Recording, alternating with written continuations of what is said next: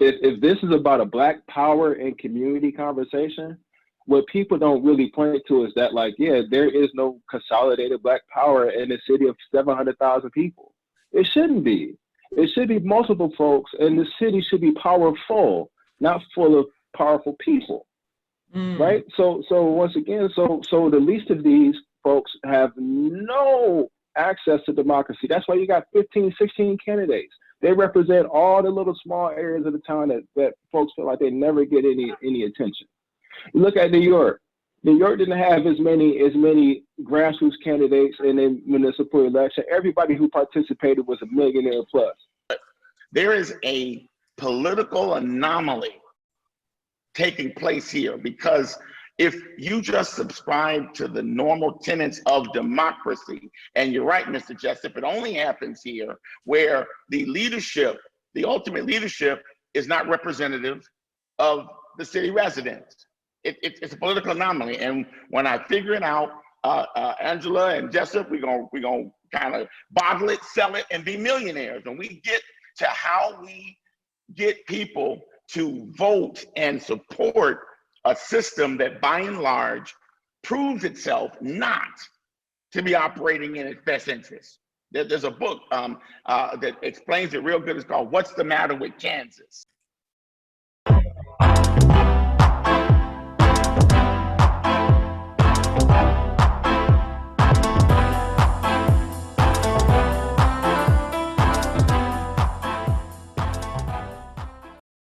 I am your host, Angela Matthews. Great stories today. I'm so excited about it, hoping that you had a great week and you are here with us. We're going to talk about the COVID data in Michigan.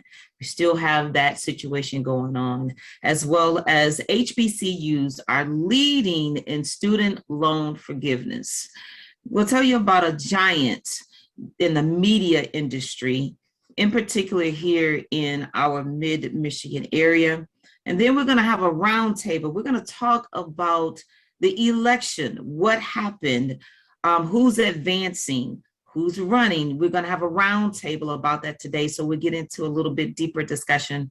So I want you to stay put and stay connected. You are with Urban Interest. Great stories, great guests today. Hey, I'm Jay of Jayburch Rotisserie and Grill. Invite you guys to come out to a pleasant atmosphere. Anyone in the Detroit metro area, young professionals, we offer rotisserie chicken, grilled turkey chops, grilled salmon, grilled lamb chops, grilled steaks, and many other items. Jayburch is open Wednesday through Sunday, 3 to 8 for dinner.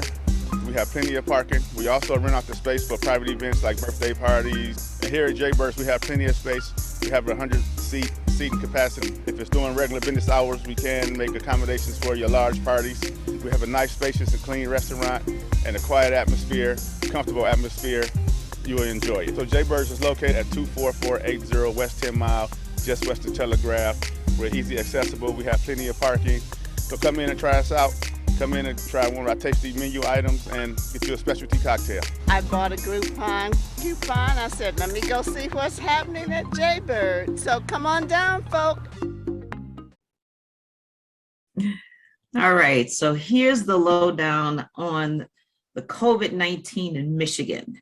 Data was sent to the federal government by the Michigan health officials, and it shows that approximately 75% of patients in-bed patients and 73% of ICU beds in hospitals across the state were occupied as of July 29th. Of that number, 2% of inpatient beds and 4% of ICU beds were filled by COVID-19 patients.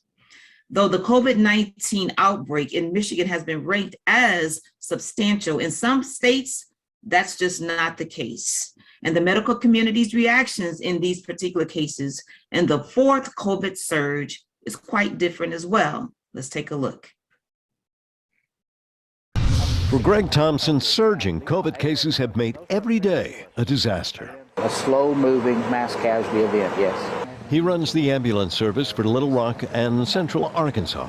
But his ambulances are running out of places to take patients.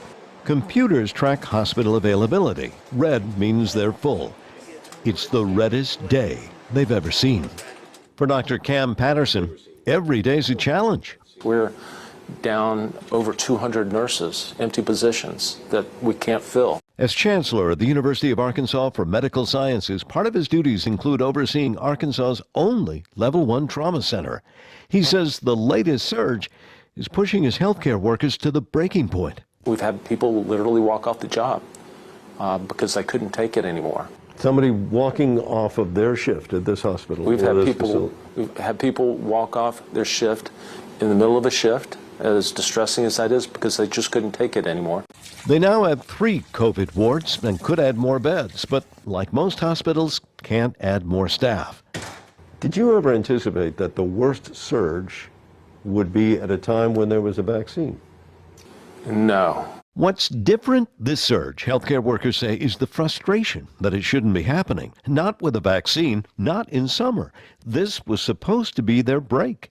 I think everyone thought that. Instead, Arkansas's vaccination rate has remained low, and daily new COVID hospitalizations have exploded. Overwhelmingly, most of the patients are unvaccinated. How do you not get angry?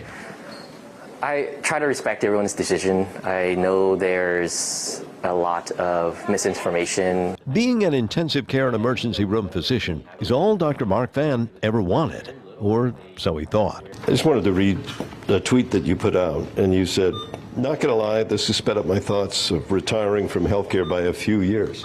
What's going on?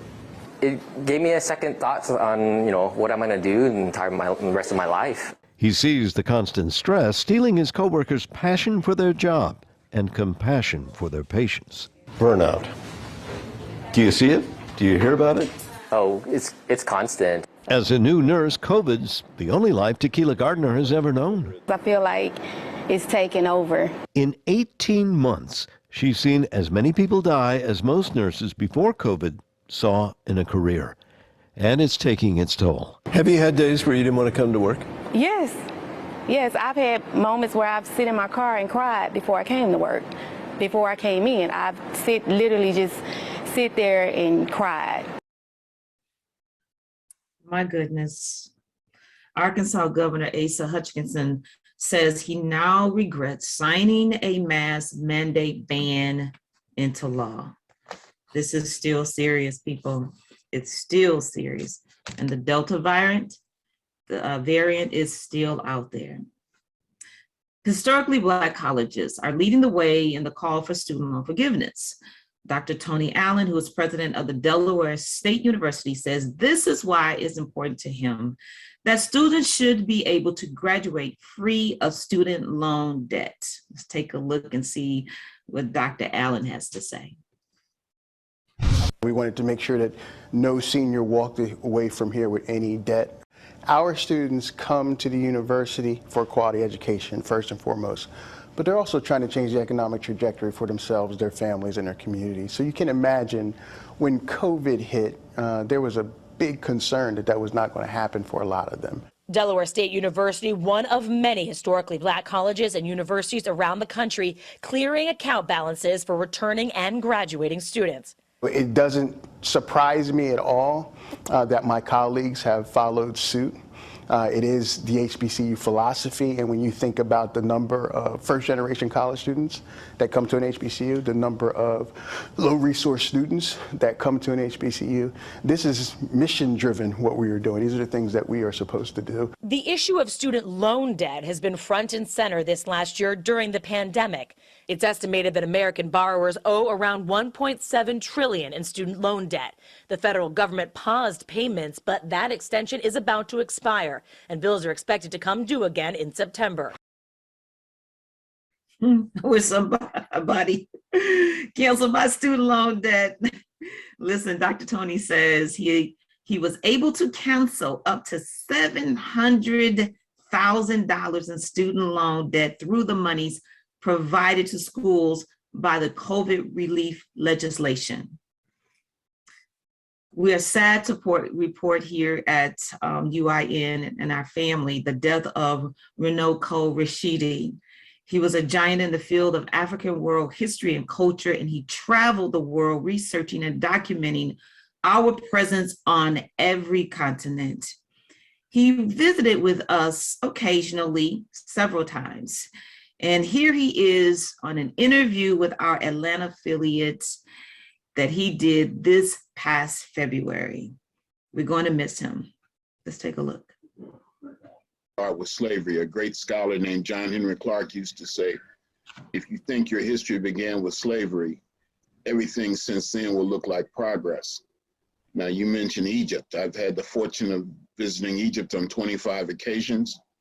I'm doing a seminar, a webinar tonight and tomorrow on Egypt, and I take a group there in August, God willing. But the Nile Valley especially had a huge influence on Asia. Asia may have as many Black people as Africa does. India has hundreds of millions of Black people. You see the imprint of African people in places like China, Japan, Southeast Asia, throughout the Arabian Peninsula. And we could go around the world and do the same thing. We could look at Africans in early Europe. We could look at Africans in early America. So it is important, since you've called me a globetrotter, that we look at our issues on a global scale. The problems that we face today are not just in Baltimore or LA or Dallas or Harlem. We have a global struggle that we are challenging, European hegemony, and that's all over the world. So Rashidi spoke of his upcoming trip to Egypt in August, not knowing that it would be his last.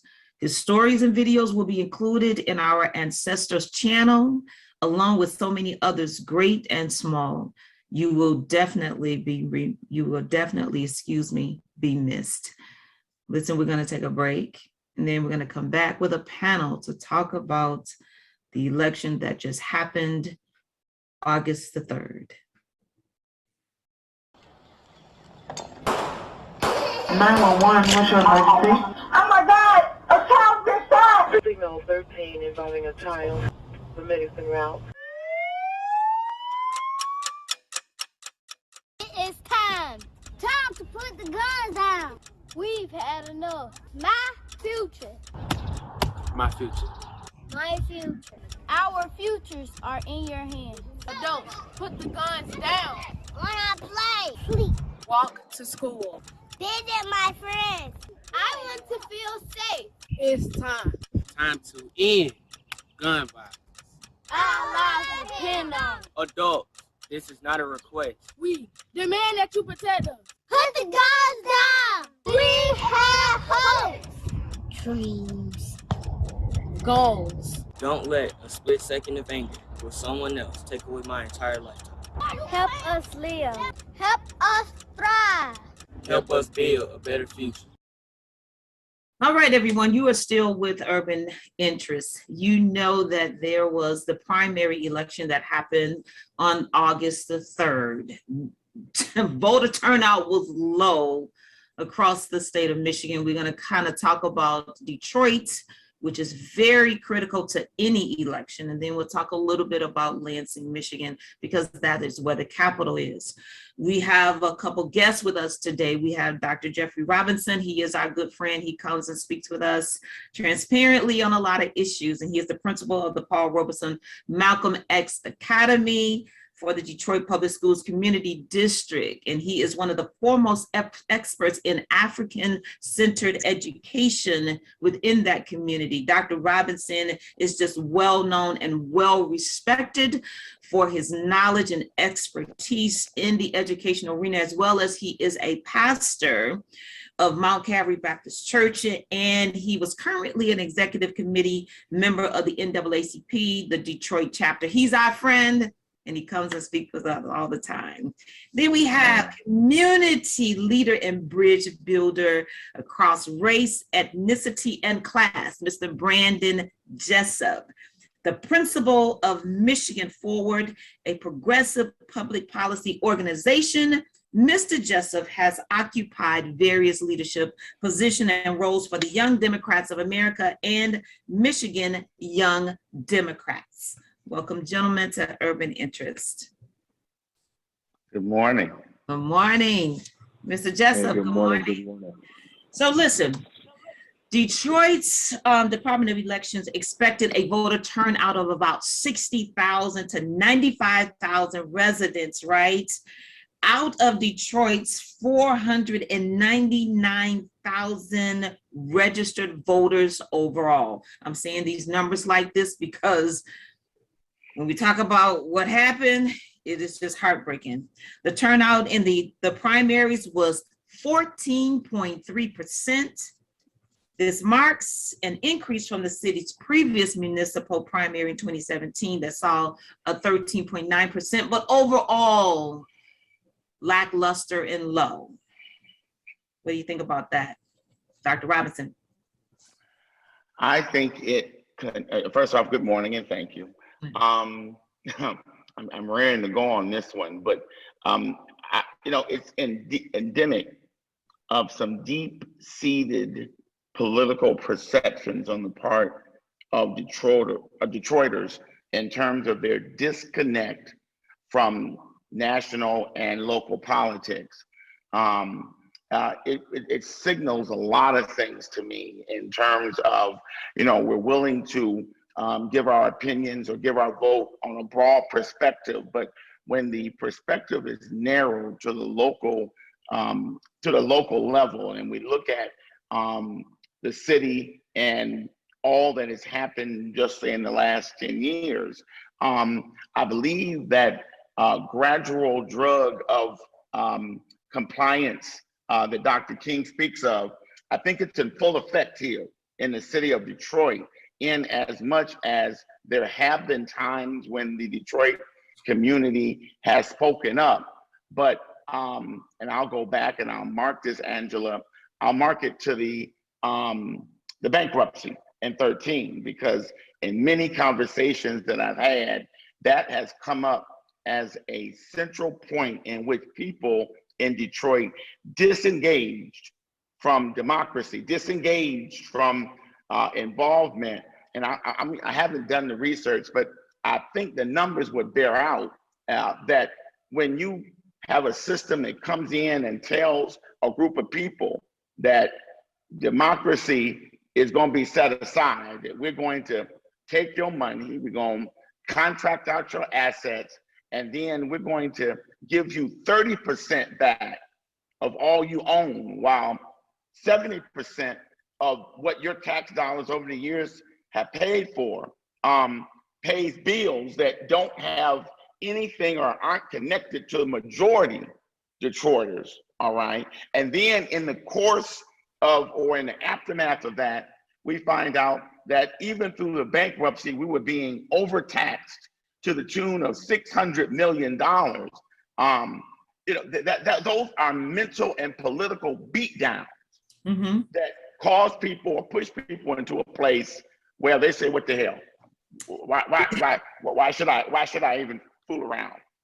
With that. So I mean, I'm not accepting these perceptions as realities, but in the same vein, they also can't be ignored.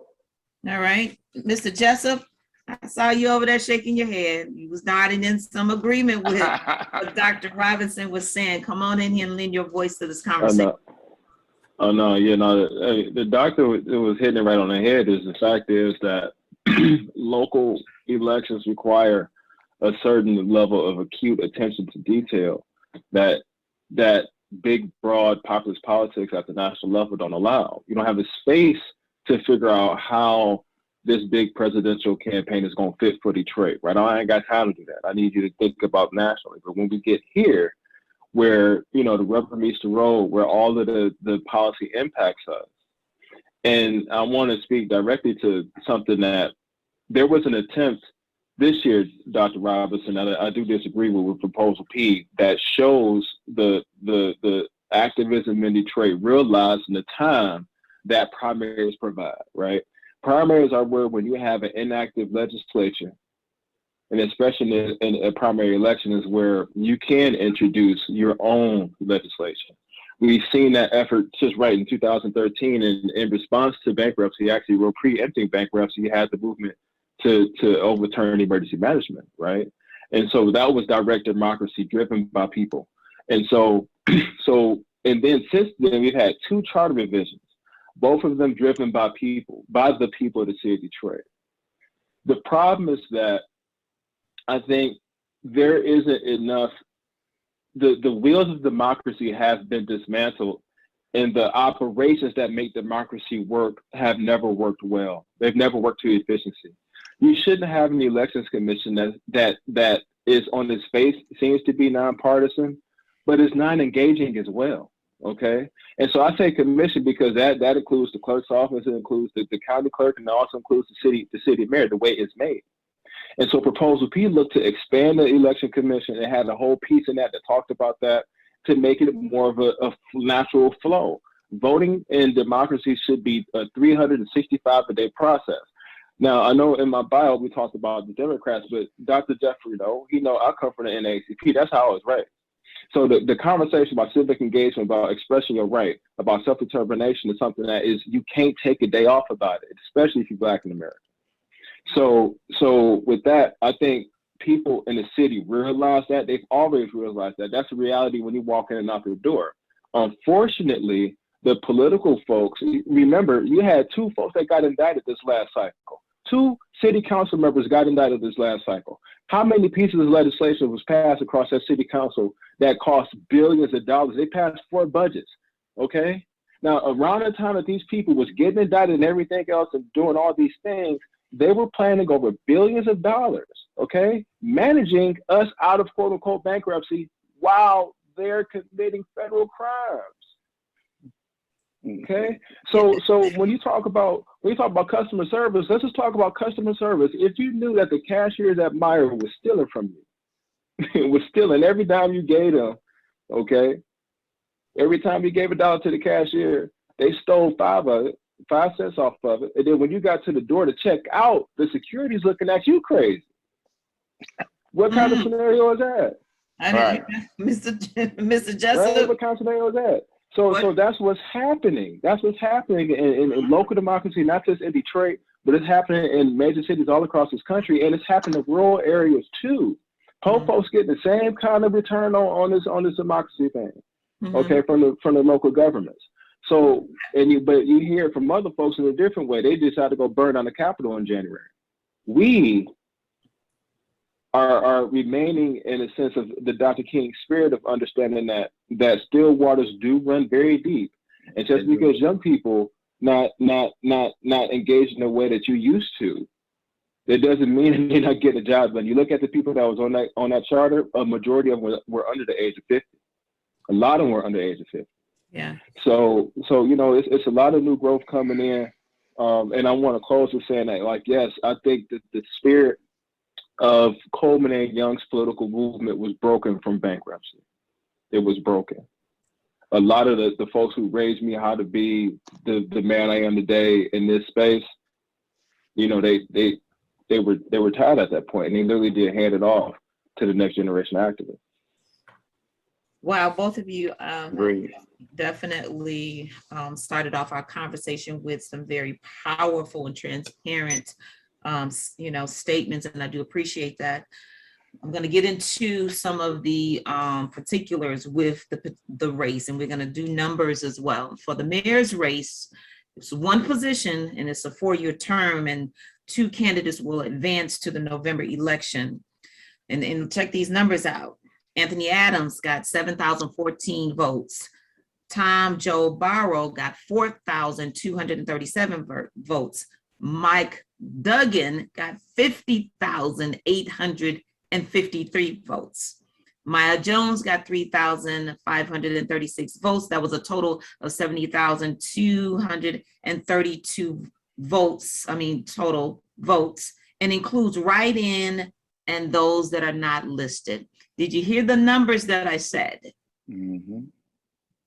50,853.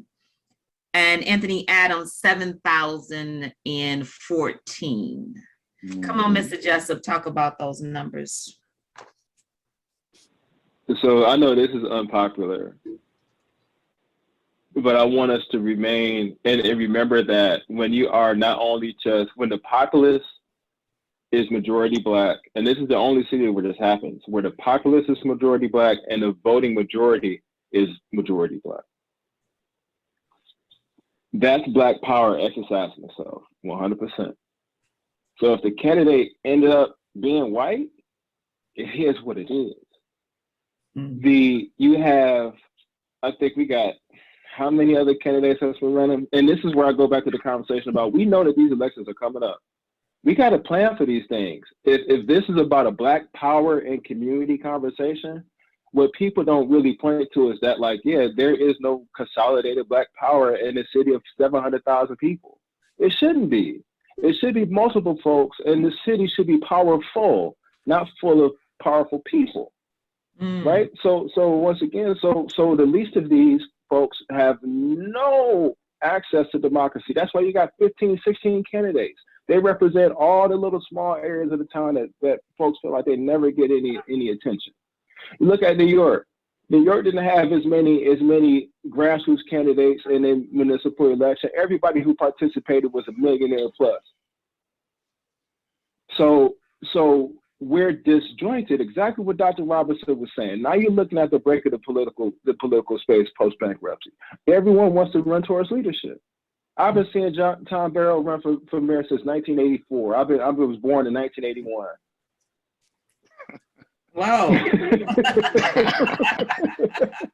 Right? Oh, so that's the arc. That's the arc of this. It's almost 40 years. When I look at these numbers, it's 40 years. Maya Jones, this is her second run. I know just La Rosa. I've been seeing Artias's lawn signs on the east side for at least the last 3-4 cycles. Okay. All right, Dr. Robinson. Those numbers. I'm processing. The numbers.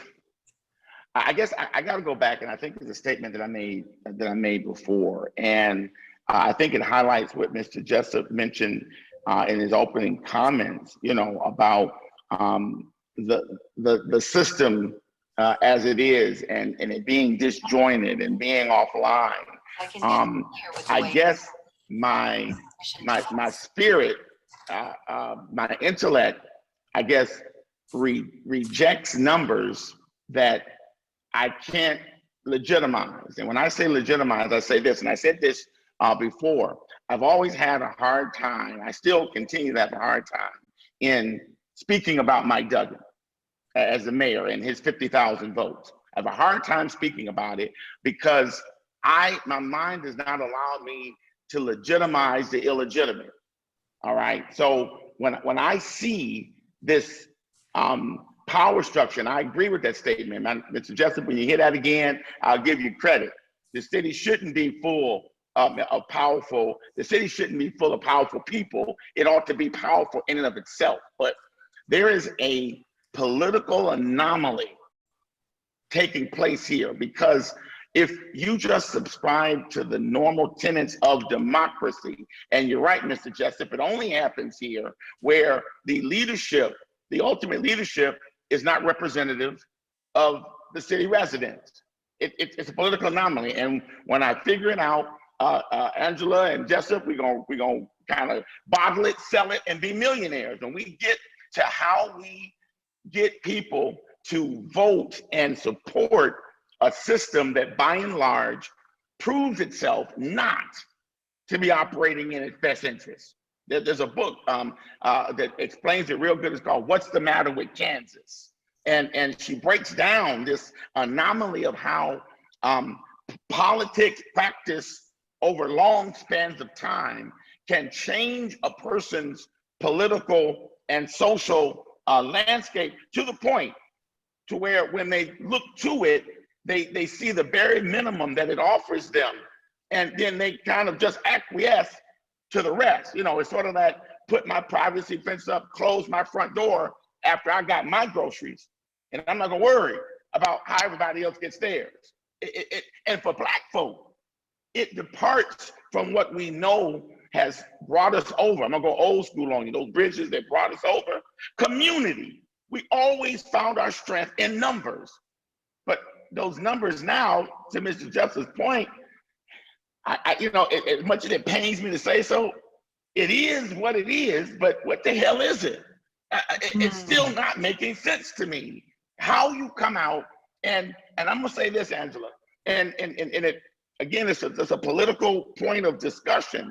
When you look at what this mayor has done in his 8 years, admitting crimes on television, all right, various discrepancies with proposal in demolition, monies going to nonprofits, and then you turn around and marry the head of the nonprofit that the state called. If that had been Brandon Jessup, and Brandon Jessup, if he just admitted to bid rigging on television, they would have tried to crucify him on his mother's front lawn.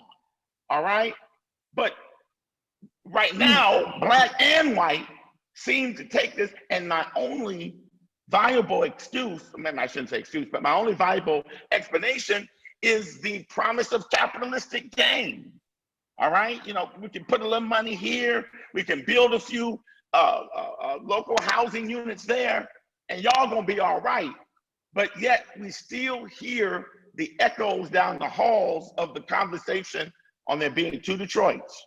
One distinctly being the haves, and the other distinctly being the have-nots. And in the middle are all of us politically woke folk that are asking, what the hell is going on? How is this even possible? And the longer and the reason I stay where I'm at mentally and politically, because the minute you start to allow what's around you to get in you, it defeats you. So you gotta work to keep it out, but I also strive as a scholar to not necessarily have to agree with everything, but I'm doing my damnedest to try and understand. It just doesn't make sense. Hear you, Dr. Robinson. And that song with my favorite artist, Marvin Gaye, makes me want to holler. Yes. And throw up both my hands and grab my tempo and say what you say. It is what it is, but what the hell is it? Oh my goodness. So, you know, and it's all across. It's all across everywhere. Even here in Lansing, in the capital city, and just everywhere. It's like, did not 4 years of an administration that told you that it did not care about you, and it showed you that it did not care about you, and even today is still saying, I don't give a about you. It's about our agenda and what we're doing, and we're trying to usurp back into a white supremacist totality in every area, and we're still act like we're a little bit asleep and kind of waking up. Let me get off that tangent. City race. Beverly Kendall Walker, 6,952 votes. Denzel Anton McCampbell, 10,434 votes. Michael Stephen Ricard, 2,362 votes. Janice M. Winfrey, 48,117 votes. Let me go down here to City Council at large. City Council has 2 positions, and it is a 4-year term. 4 candidates will advance to the November election. Janae L. Ayers has 34,513 votes. Jermaine Lee Jones, 4,647 votes. Nicole Small, 11,989 votes. Mary Waters, 26,026 votes. Coleman A. Young Jr., 34,157 votes.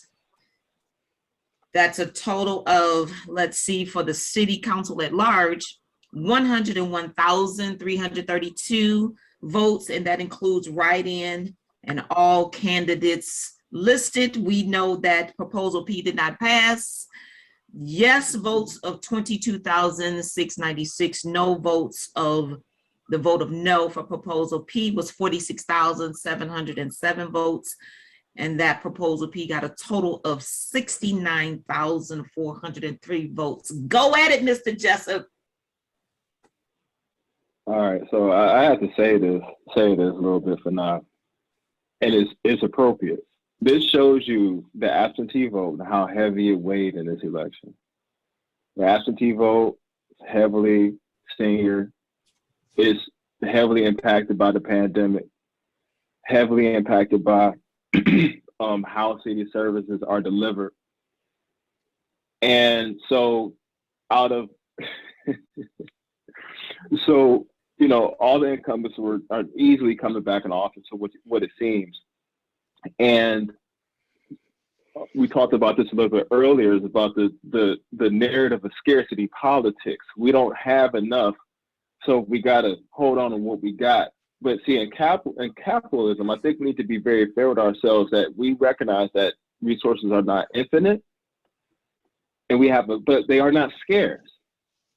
Proposal P fails, but everyone says that we need more accountability out of our legislative and our executive offices in local government, okay? But Proposal P fails, and it fails off a narrative of you can't afford it.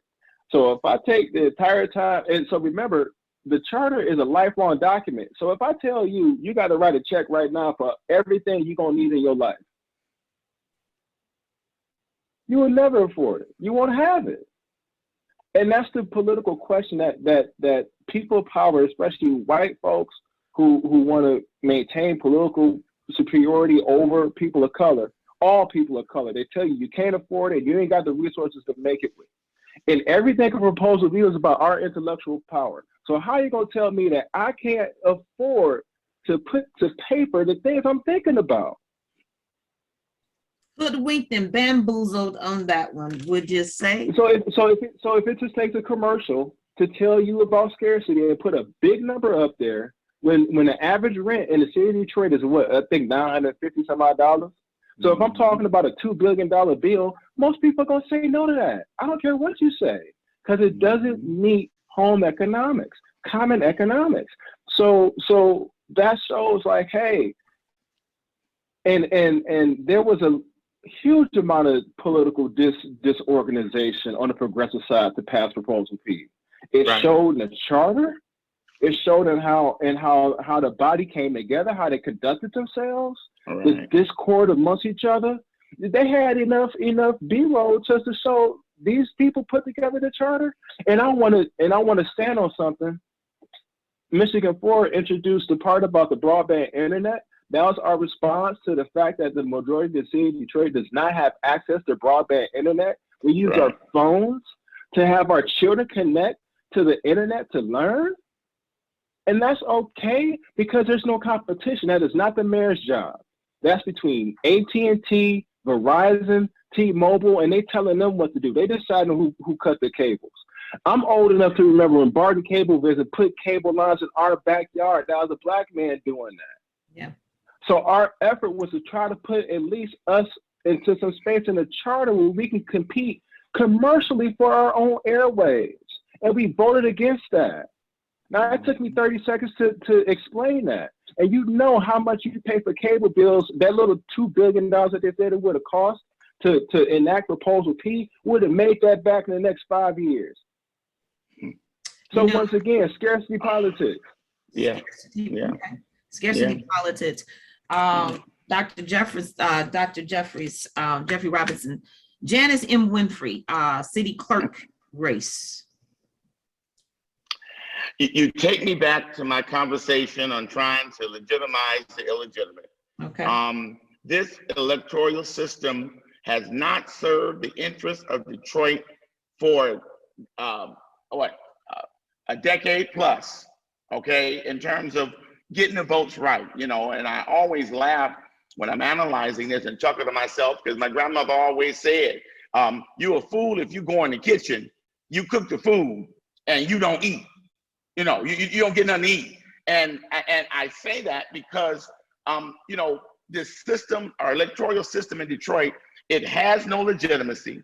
I don't need to go back any further than August of 20, when the Michigan Electoral Commission, and you ought to read those transcripts, because one of the guys even started his conversation, just if you may have heard him, what the hell is going on in Detroit?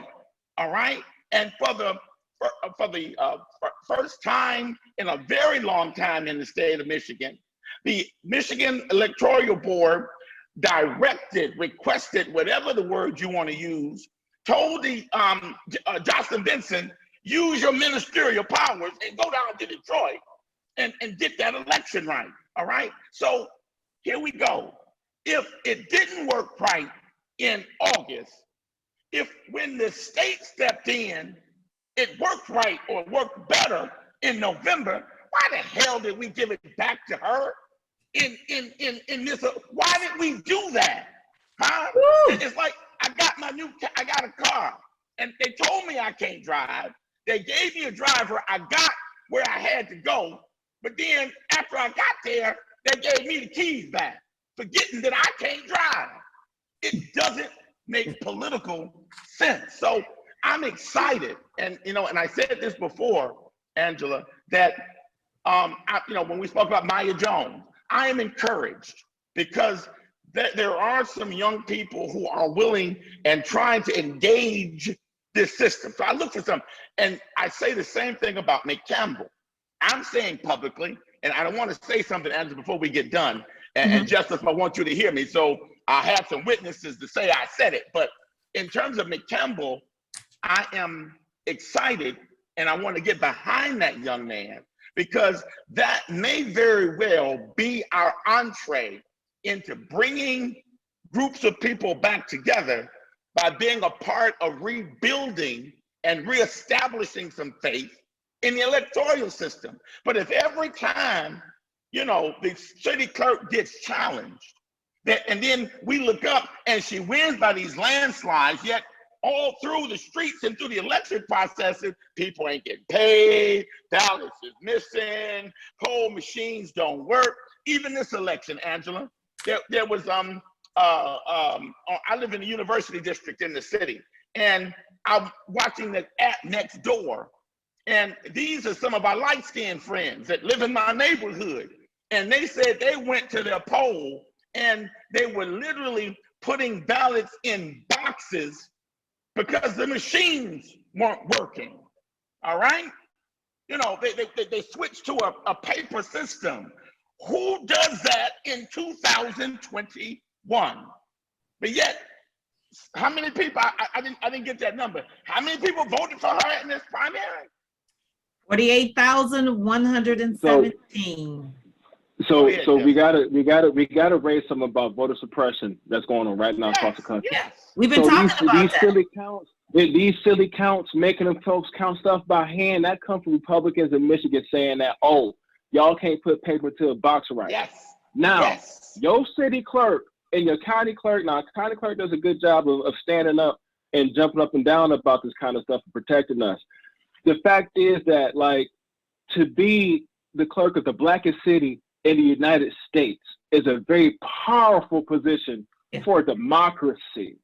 And so something that Dr. Robertson brought up last year that came out of the ministerial powers of the Secretary of State's office was, I think, 35 drop boxes that was across the city of Detroit. Arbitrarily, this administrator of the election cycle decided to remove half of those. Exactly. Why?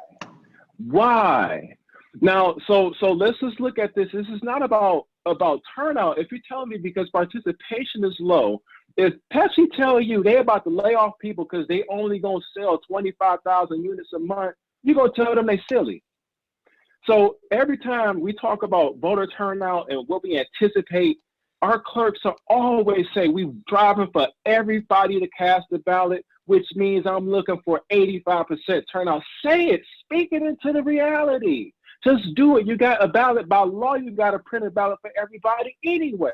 So you can't tell me that you plan to reduce work. And this is a town of labor people. Dr. Robinson know that. The UAW know that. You don't reduce your work on purpose. That means you plan to fail. Exactly. Wow. Exactly. So what are your thoughts with regards to the city council at large and the four persons who will advance in November for 2 positions that are open? What's your thoughts about that? We've got Coleman Young Jr., We've got Nicole Smalls, Janae Ayers, and Mary Waters. Well, I don't have any problem saying, you know, putting name recognition aside, I believe Coleman can bring something to city council. He has the experience from the state legislature. I believe that, you know, if given the right conditions, he can be effective, all right? So I'm gonna say about Coleman. I'm going to, looking at Janae Ayers, Nicole Smalls, and Mary Waters. I think there's going to be some changes there. I do really think that, you know, there are enough people within those districts, constituencies, and I believe these are at-large seats that we're talking about. I believe there's enough people there in Janae Ayers' situation to make a change. I know she has a lot of strong support in pockets around the city, but in as much as you listened to Nicole Smalls and Mary Waters, they are articulating some voices that I think need to be heard in city council. Therefore, if they are able to mobilize enough people and hopefully surpass what this voter turnout was for the primary in the general, then there can be some changes on city council. I continue, you know, you have this cloud, for the lack of a better analogy, you have this cloud hanging over city council now because, you know, the word on the street is that there's more to fall out from city council. But in as much as we are looking at what they have done and, you know, what my grandmother said, you do it in the dark, it's gonna come to light at some point. Now that the light being shined on city council, I think it would do us all well to engage. I would look at Nicole Small specifically as a continuation of the Proposal P conversation by other means, because one of the conversations during Proposal P, Angela, was that, you know, a lot or some of what was asked for in Proposal P could have, should have been legislated, addressed by the city council. So she gives me hope and that conversation can continue. But again, their success will only be as good as their engagement of all of Detroit. I'm not gonna say some, but all of Detroit.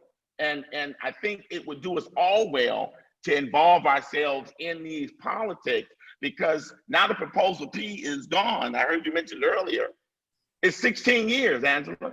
My 4-year-old grandson will be 20 before the city will have their next opportunity to alter their city government. So it's all gonna be on city council to be that legislative arm to work with and or opposition to, depending on the conversation, with the executive.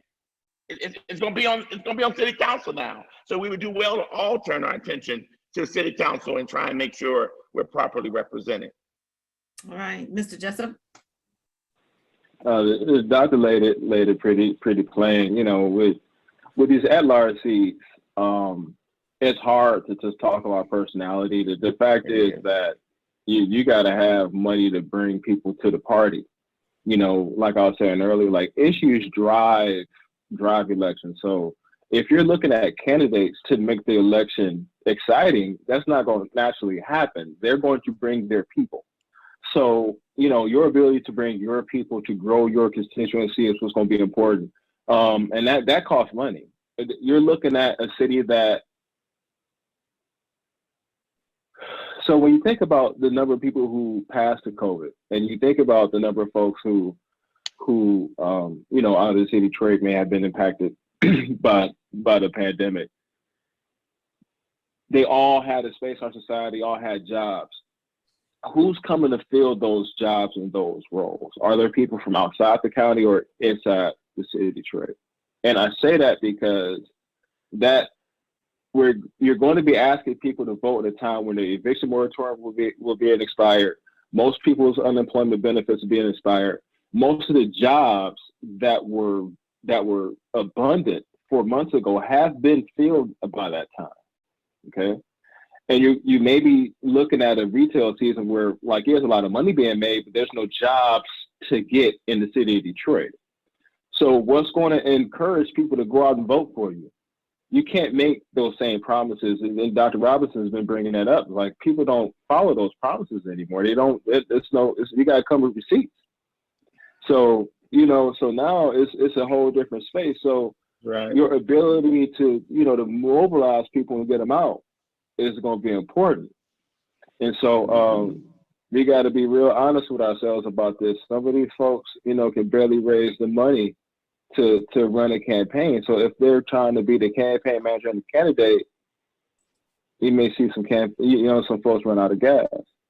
Yeah. Well, let me ask you this question, because I go back to President Obama when he got ready to run for the presidency, and he didn't have a lot of money. He was not a well-known name. He was a senator and he did some things, but just the name recognition. And so what he did was he's galvanized at that particular point, the technology, and he went that route. There is a lot of free publicity and promotions that you can utilize with technology, and especially since the pandemic exposed that nobody was able to do something for months. Let's be honest. So 12 years ago, 13 years ago, the internet was, the algorithms out, and the news was not so filtered so much by sponsored ads and marketing as it is now. You can't do what President Obama did now, because the robots and the bots will suppress your conversation. It's so many people that you have to pay to even boost the conversation, right? So as and I work in a nonprofit space all the time. Mm-hmm. Facebook doesn't even give you the information back that you gave them. They keep it. So there's a big trust issue with progressive organizations and these tech companies, right? Like we don't like sharing the voter file with Jeff Bezos. You don't want, and when people ask like, how'd you get my cell phone number? Oh, it's because some inappropriate campaigns just went uploading stuff into the cloud and they didn't care who got it after they were done with it. So there's a lot of stewardship that's required for our community, all right, that Black folks require, and we learned that lesson. We've been burnt enough. So we don't share that information. So when we go to the internet for campaigns, try to do this digitally, it don't work. You got to know Black folks to get the vote out. You got to know where they live. You still got to know their phone number, and they need to know who you are before they pick up the phone. Okay. And there's an interesting anomaly that happened, Angela. I'm sorry, I got to stick this in on the back of Jessup. If you look at Mary Waters' campaign, to Jessup's point, she didn't put up one billboard. She printed no handouts except the ones that on election day. You know how she got in this primary? By going to people's houses. That woman's feet ought to be blistered, and as many doors as she knocked on. And to Jessica's point, that really, from a technology standpoint, that puts us back in the Stone Age, so to speak, but maybe that's where we need to be, because you can't trust the social media anymore, But I also wanted to add, when we look at our politics, and I'm gonna go critical race, because I'm waiting to get arrested for breaking a critical race law. I'm just waiting. I'm holding my hand out for somebody to arrest me for talking critical race. But there's a theory in there, Angela, called interest convergence.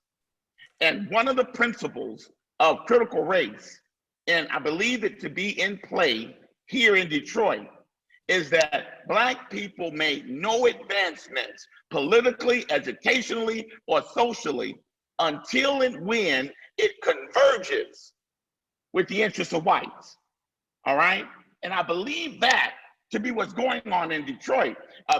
Jessup mentioned it earlier, Proposal P, it calls for accountability, utilizing assets, and a certain group of people, and I've still not gotten the full story on who funded all of those commercials and all those negative ads, but a group of people got together and said, y'all can't afford that, and lied, got caught in the lies, and yet they were allowed to go forward with it.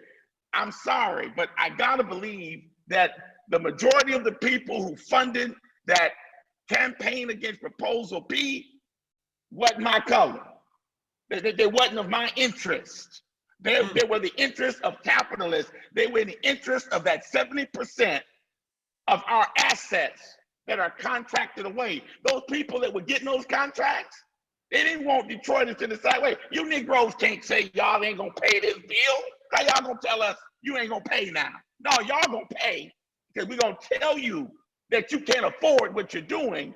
And the courts didn't do us any favors, because when the courts decided to see it, they should have put an injunction on all those ads that went out, because they tilted the scale. So by the time you make your ruling the Thursday before the primary, the majority of the people didn't see and didn't hear that they lied. You have the right to do what you were doing. I know they didn't know what the Supreme Court said, and that they were questioning the opponents of Proposal P because it's home rule. Our Constitution says, Michigan, that you got home rule authority. The citizens have home rule, but the interests of those financiers, the interests of those business people decided, no, we're gonna handle this. We're gonna tell them what they want. They don't decide what they want. We're gonna make plans for them instead of making plans with them. There's a difference. Makes me want to holler. My hands are thrown up and they're crunching right about now. I'm gonna segue here with, and then we're gonna wrap up. The mayor's race in Lansing was just absolutely, you talking about lackluster with turnout. There was a total votes of 2,879 votes versus 86,863 registered voters. That was 14.83%. Kathy Dunbar, she was an at-large county city council person. She got 2,561 votes. The current mayor, Mayor Andy Shore, got 6,191 votes. That's not, I'm not gonna even talk about that. I'm gonna stay right over here. This is just, you know, our lack of involvement, engagement, and information is just mind-blowing to me. That's the only really soft word that I can use right now for what is happening. And I am very concerned about our future. We got just about a couple of minutes. Both of you tell me in about 60 seconds. Where do we go from here, Mr. Jessup? Where do we go? What's the forward movement? Organize, organize, organize. I mean, that's what it is. So you got a state election next year where you got to decide the governor. Redistricting is right now. The kids deciding what school districts they're going into. Some of these school districts are going to try to set healthcare requirements and school requirements that may be, you know, obtrusive or hurt your kids' stuff. Like right now, the redistricting process is the most important part that we need to be loud and very active in preparation for 2022. So jump into the Michigan Independent Redistricting Commission meetings. There's still some local conversation going on. And on August 12th, in September, the census will release their enumeration numbers, and that will kick the whole process of map drawing off.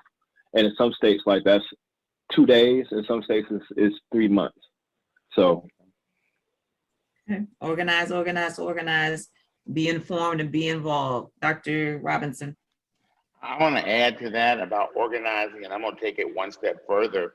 You know, again, the primary still provides us opportunity to set some things right. Maybe not in the way we originally thought, but it does give us opportunity for involvement. But what I am looking for is I'm looking to call out some people and ask where they are.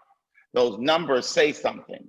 But if I know if Brandon Jessup is against it, I know Brandon Jessup don't have a problem standing up saying, I'm against this, I'm for that. Robinson damn sure don't have no problem saying, I'm for this and against that. But I believe we need to, you know, sometimes I think technology has made us sort of complacent and sneaky, you know, in terms of, you know, you need to be Facebook gangsters, you know, typewriting terrorists, you know, in terms of being on the internet. But I want some people, I'm sorry for being silly, but I want some people to stand up and be honest. I heard the conversations, I heard the protests, but the election results didn't reflect that. And I'm of the opinion, if you've got so much to say about what's wrong, then you have an obligation to be a part of the mechanisms that can set things right by voting. We got to put our money up, put our vote where our mouth is and make a difference in this city. So I'm gonna organize, but we're gonna really be talking, Angela, because I'm calling some folk out. Either you with us or you against us. Somebody needs to read The Art of War and figure out how to fight for your own, self-determination. And the first rule of that, Angela, is know your enemy. I don't think we know our enemy. I know him. Jessup knows him. We got to educate more people through organizing to be able to recognize the enemy as well. All right. We're going to drop the mic right there. We have with Urban Interest. We have our good friend, Dr. Jeffrey Robinson, with us today, as well as Mr. Brandon Jessup. Both of these gentlemen lent their voice to the conversation with passion, truth, and transparency. Organize, engage, and involvement, educate yourself. We still have a ways to go. There's another election, 2022. Yes. Actually, we have a few, 2022, 2023, and 2024. That's when we will pick the next president of the United States of America. So don't slip on this and don't sleep. You need to stay woke. Listen, we're going to take a commercial break and we'll come right back to wrap up Urban Interest. Thank you, gentlemen. It was such an honor. Privilege to just have a conversation with you. Always listening. All right. Thank you. Have a great weekend. All right. Yep. All of you. Yes. All right. Bye.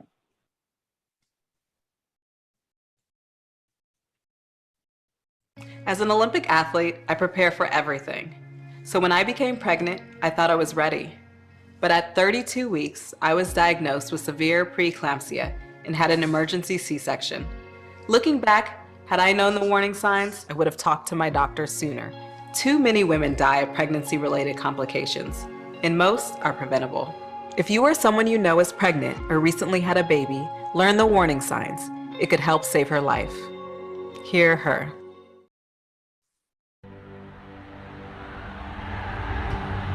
Today, we bring you the first part of our global broadcast exclusive conversation. The streets of Tahrir have once again been filled. Key issues here at the United Nations Climate Change Conference remain unresolved. Police are saying the protesters to move further and further away. I'm Amy Goodman. And I'm Juan Gonzalez. And those are some of the headlines. This is Democracy Now!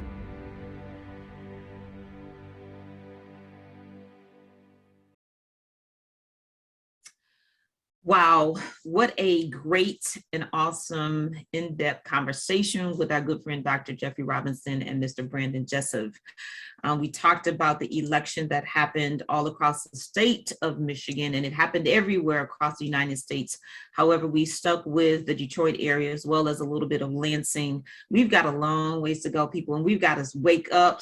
And if you're woke, stay woke and still organize and be engaged. We gave you some numbers about the cases of COVID here in Michigan, hoping that you are tracking with the Michigan Health Department, because you need to stay abreast because the Delta variant is still around and it is causing some havoc. We also give salute to the HBCUs who are doing a champion call for student loan forgiveness. Keep your eyes on that as well. And then our thoughts and prayers for Winoko Rashidi, his family. He was a great voice with regards to African culture studies, research. He gave us some great information. And so we're gonna definitely miss him. You have my tongue tied. You have been with Urban Interest. And I'm your host, Angela Matthews. Thank you so much for staying with us. Connect with us on urban.interest, or go to DetroitIPTV.com. Catch us on our UIN broadcast network. We will come back with you next week. Great stories, great guests, and you have a great weekend.